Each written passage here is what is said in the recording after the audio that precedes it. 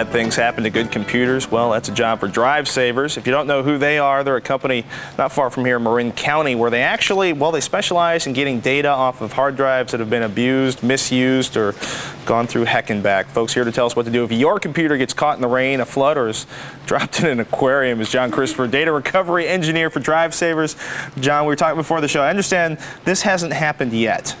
Well, not yet, but I have a 4-year-old at home, and anything is possible. And especially if they see this tape, they're going to be like, ah! Indeed, indeed. Interesting thought. But you guys have had a lot of flood problems, basically hundreds of drives coming in that have been flooded? Yeah, actually, last month we had several hundred computers come to us from the Texas area as a result of the flooding and the storm there. So we had quite a few of drenched drives in our facility. Now that would be a little scary. What do I do if I think I've swamped my computer or if my computer's been underwater? Well, there's a couple things you could do. If it's been underwater, my advice is go and restore your backup, because always you want to make sure you have your backup. Okay. That's the most important thing if you've got one. What if I didn't have a backup? If you don't have a backup, don't try and power on your computer. That will basically destroy the drive completely, and you won't get any. There won't be a chance to get any data back. Okay, so if I do realize that, let's take a step back here for a second. This computer right here, we have a notebook here on the end. If we could focus in on that, that's a fire victim. Yes, charbroiled PC. Charbroiled PC, and if we take a step back a little farther, I don't know if the folks at home can see this. There's a miniature bus on here. This is a PowerBook. Well, this was a PowerBook. I'd like to point out that I have damaged none of the computers on this table. I'd like to thank everyone for laughing at that. But this was that I did do. This was actually run over by a minivan or a school bus or something? Actually, this was run over by a shuttle bus at Macworld, believe it or not.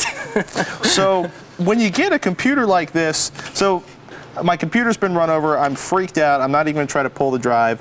What do I do before I call up somebody like y'all? So you don't even want us to start it. If it's well, this is pretty obvious as this isn't going to boot. Right, yeah, if your drive or your computer is physically damaged, then you definitely don't want to apply power or run the drive or the computer system at all. Inside your drive, I have this drive here, which I can give to you. So take a look.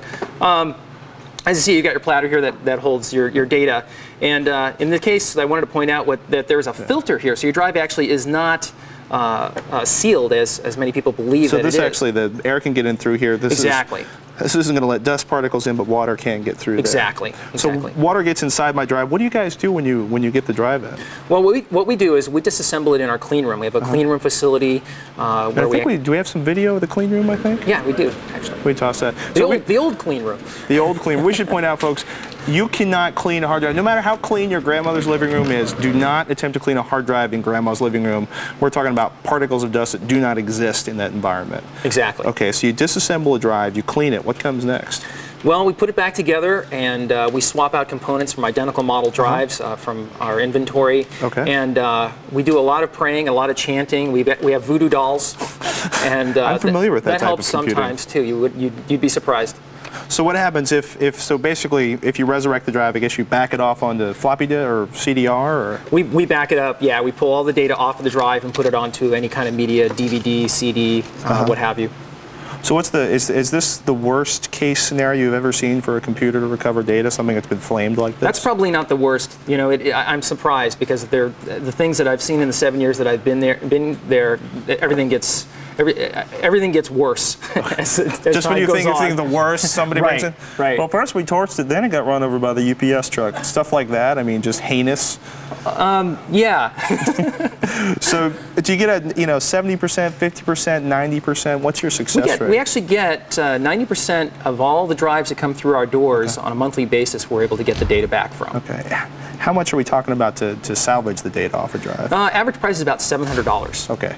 So not too bad if you're a business person, but if this is your collection of MP3s, you probably just want to download them again.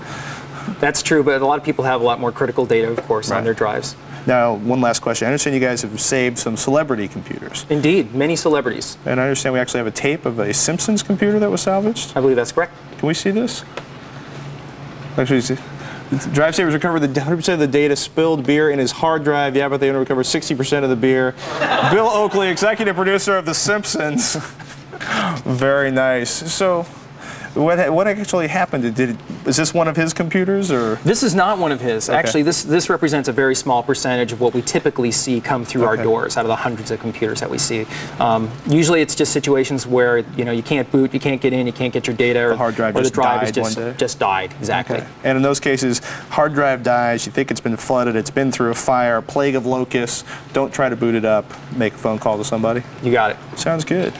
Thank you very much for the advice. Folks, ladies and gentlemen, John has actually written a nice article for us on what to do if you go fishing with your laptop, and, well, you can see other disasters at thescreensavers.com. Now, up next, Mike Elgin's going to heat things up with some hotkeys when the screensavers... What is Marty doing?